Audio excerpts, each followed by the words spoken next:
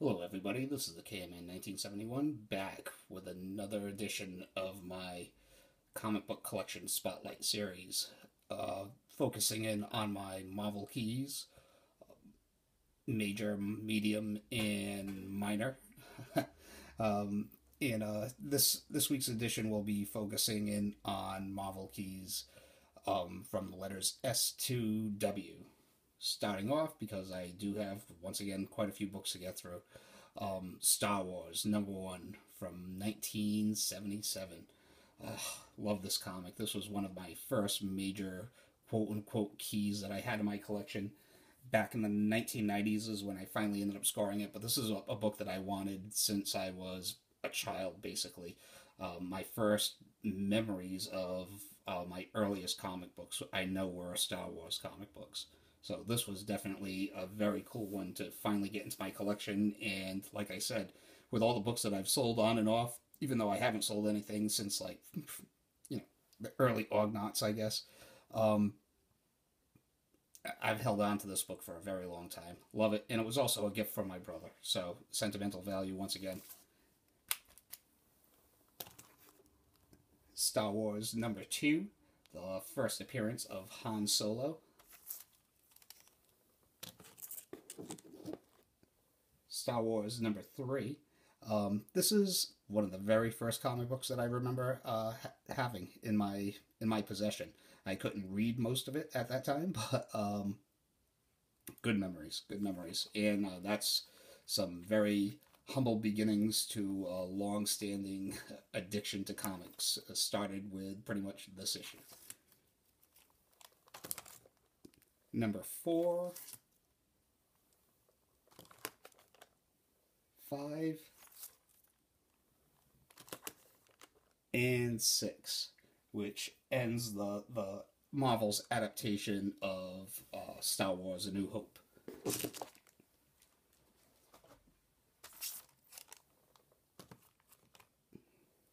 Star Wars issue #7. This was the first Star Wars original Star Wars comic book story, I guess.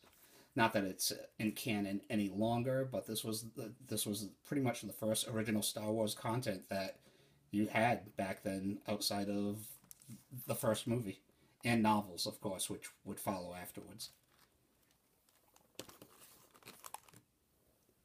#39 is where they started their adaptation of, obviously, The Empire Strikes Back, which is easily till this day in my top 5 favorite movies of all time. I don't care. It's just one of those childhood favorites where every generation has that movie where you can go back and you're like, yes, well, this was the movie that, as much as Star Wars, the first Star Wars: A New Hope was a huge impact on me, Empire Strikes Back was the one that me and my friends, my cousins, we all speculated about, and after the movie, and it was just one of those amazing things. Till this day, it's out of all the Star Wars movies, this is my favorite. #40, 41. Of course, the one that's most sought after in this series is, the Empire Strikes Back adaptation is #42, the first appearance of Boba Fett in comics. #43, which I want to say is the first appearance of Lando Calrissian in comics. #44, which ends the Empire Strikes Back adaptation. And these are just minor keys. You can probably get them for like maybe $10 online, or between 10 and 15. But as a Star Wars fan, these are like staples in my collection. I have a lot more Star Wars comics than this, obviously, but these are basically just like little highlights that I'd like to show off and that I have separated from the bulk of my collection. Star Wars #68, which a lot of people still confuse this as the origin of Boba Fett. I don't know how there is any confusion if they would just open it up and read the book. But it doesn't really have, it's not the origin of Boba Fett, but it is a very cool cover and a cool Star Wars comic to have nonetheless. Star Wars number 81, which the interesting thing about this is not that it's in canon any longer, but for some reason Marvel brought Boba Fett back just for this issue. He didn't.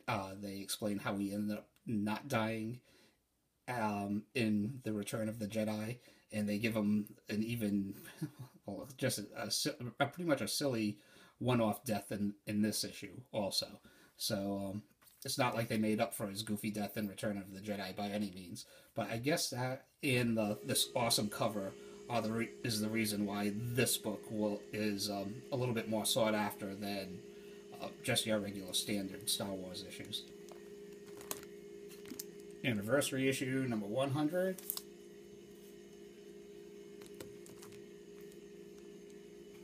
From their current ongoing series, which I'm still collecting and enjoying, Star Wars number 1, the Luke Skywalker action figure variant.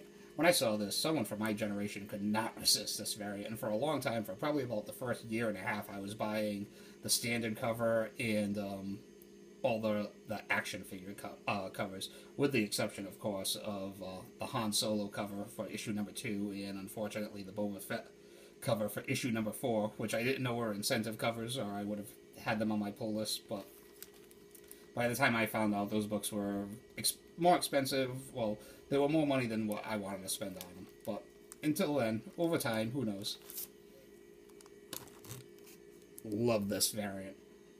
Star Wars number 1, Alex Ross variant, an obvious homage to the original Star Wars number 1 by Howard Chaykin, but love this cover. This is another case of when this book first came out, this cover was pretty expensive, and then I ended up picking it up for like $20 a year later, but love it. Get these out of the way. Moving on to Strange Tales. This video can basically be broken down into 4 parts, I guess. The first part, obviously, was Star Wars. Second part would be Adam Warlock. Third part is going to end up being Bronze Age horror. And the last part basically my favorite character, Wolverine. So, moving on. Strange Tales number 178. Really high grade, aside from this date stamp right there. I would put it at a very fine to almost near mint if it wasn't for that date stamp. Strange Tales 179. This 178 is basically what I consider the real start of Adam Warlock as we know him. Of course, he was created by Stan Lee and Jack Kirby, and then later on, Roy Thomas and Gil Kane put their stamp on the character. But I consider Adam Warlock, the one that I followed and the one that I ended up liking, to be pretty much created by Jim Starlin, whose run started right here on Strange Tales number 178. Strange Tales 179, the first appearance of Pip the Troll.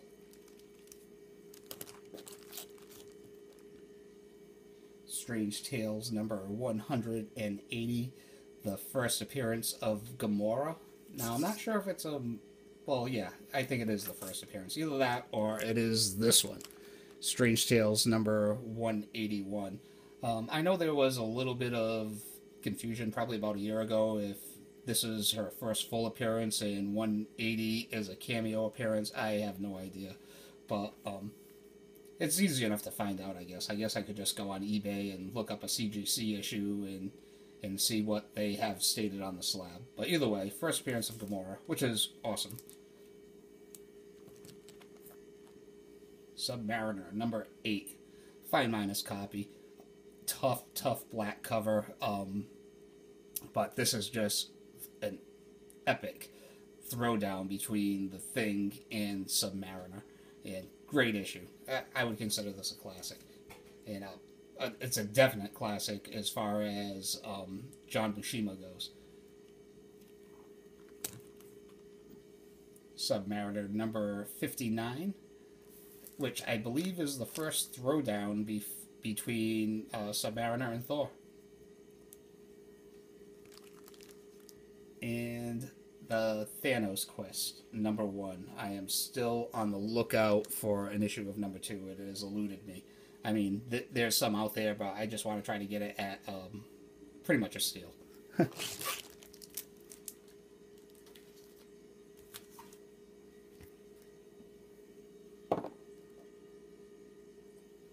Thor, number 165, allegedly the first full appearance of Adam Warlock, or the first full appearance of him before he became Adam Warlock.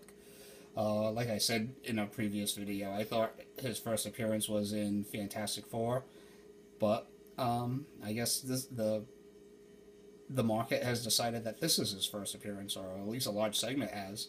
So either way, I guess the first appearance of him. Fine minus copy. It has a little bit of some cover creasing in the bottom right corner right there. But for a book from the 1960s, I'm not going to complain about it too much. Thor number 337, first appearance of Beta Ray Bill, whom I'm hoping makes an appearance in Ragnarok. It seems like one of those characters that is tailor-made for Disney that they would like to implement into the Marvel Universe. Here's a favorite comic of mine. Tomb of Dracula, #1. This is another run that I used to own just about all of it back when I was before, like, I don't know, before the modern age of comics, I guess, that began in the grim and gritty 80s with Watchmen and Dark Knight. I had big-time runs of Tomb of Dracula, Micronauts, Captain Marvel, I guess mainly because they were struggling titles, or titles that had been canceled, so it was easy for me to get runs of them in the back issue bins, where, as opposed to try to collect something like X-Men or Amazing Spider-Man, or which I did try, but the major issues always eluded me. But it was really easy to get a run of Tomb of Dracula back in the day, and there were no major keys, I guess. But nowadays, obviously, that's very different. So I was very happy to get this one back in my collection, probably about 3 or 4 years ago. And very fine condition, straight up. Awesome Neil Adams cover. So I have quite a few Tomb of Draculas, but obviously I don't have the first appearance of Blade, which is the major issue to get in this run. But here are some highlights of what I do have. Number 18, which crosses over with another one of my favorite Marvel Bronze Age horror titles, Werewolf by Night. Anniversary issue, number 50, which Dracula versus the Silver Surfer, only in the Marvel Universe.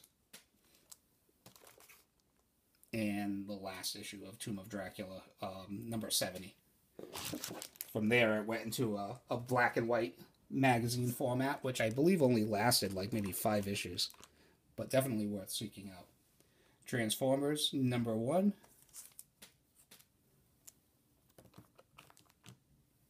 The Vision, number 1, the first appearance of Vision. And number 4, the Cho variant.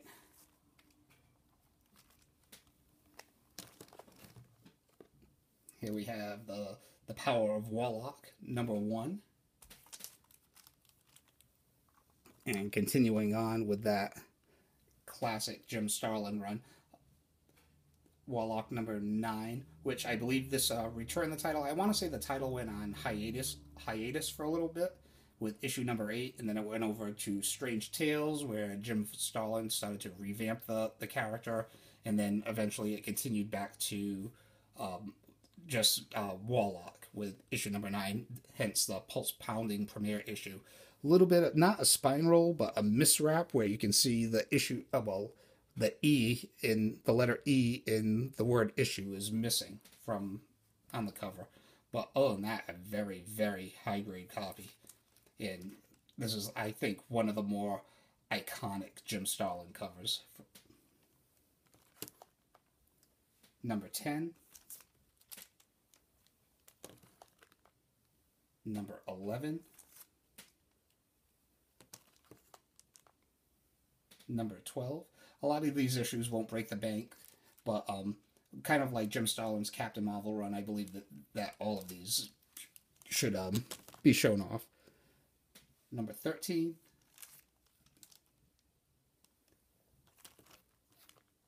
Number 14.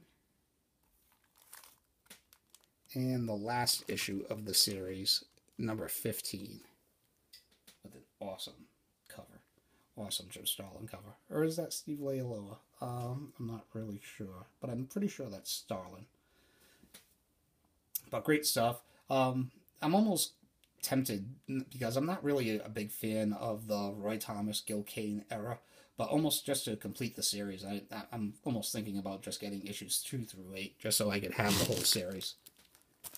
But there's a lot of other books on my list before that.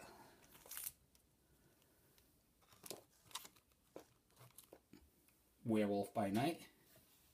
Number 1, another book that I was very happy to pick up last year, finally.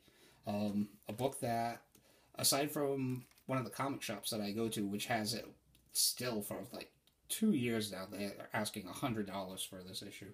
I ended up getting this for like $30, and I was happy with that. It's, I would say, very fine minus to fine plus condition, which I'm cool with. Number 2, same thing with Werewolf by Night, same thing with Tomb of Dracula. I have quite a few issues of this run also, but I'm just going to show off a couple of the highlights. But I do feel like just about any issue of Tomb of Dracula or Werewolf by Night could be considered kind of a semi-key. You don't find them in dollar bins, and if you do, snag them up. But if you go through eBay or online, you're going to pay just about $10 an issue. And for the earlier issues, they run a little bit higher than that. Number 3. Number 4. 5.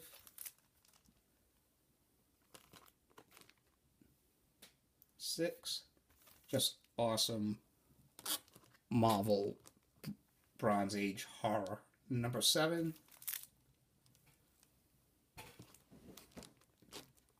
Once again, the crossover between Dracula and Werewolf by Night. Number 15, awesome Plug artwork. I would recommend this particular issue to anyone. I mean, how classic is that? Classic enough to have a little bit of a sequel in issue number 19. Great stuff. Unfortunately, no Plug artwork in this one. But great stuff. Big fan of the Marvel horror Bronze Age era. Having a harder time than usual talking this time.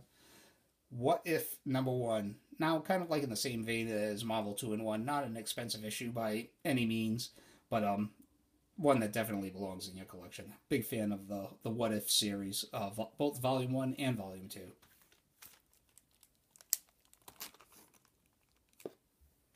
What If number 10?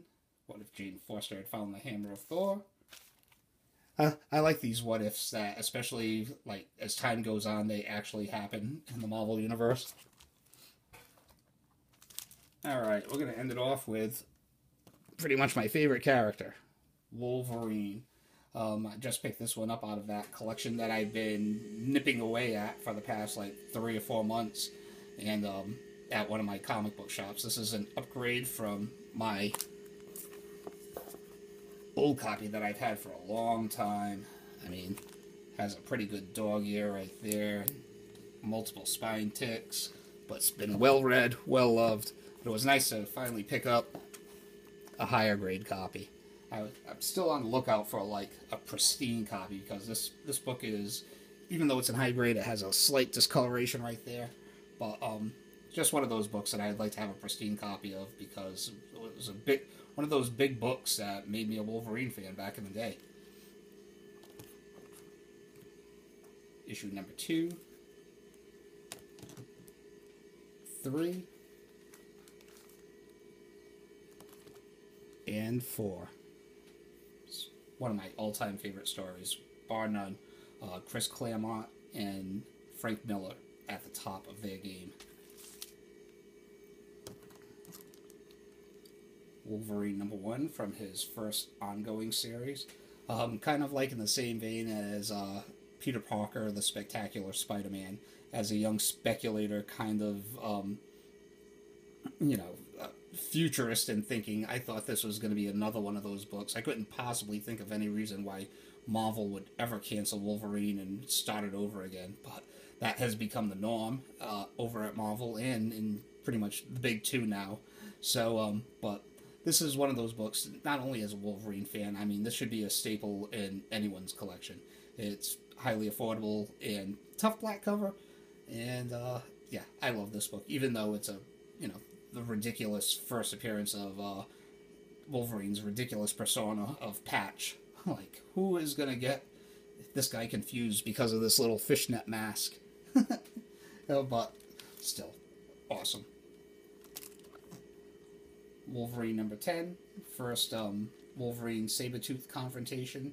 As far as Marvel storytelling goes, as we all know, they first crossed paths in Uncanny X-Men, which you'll see down the road in another video.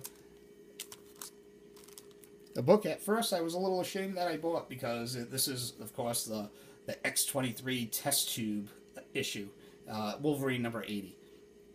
And, but now, I don't feel so embarrassed anymore. Kind of cool to own it. Wolverine number 125, Dynamic Forces variant issue.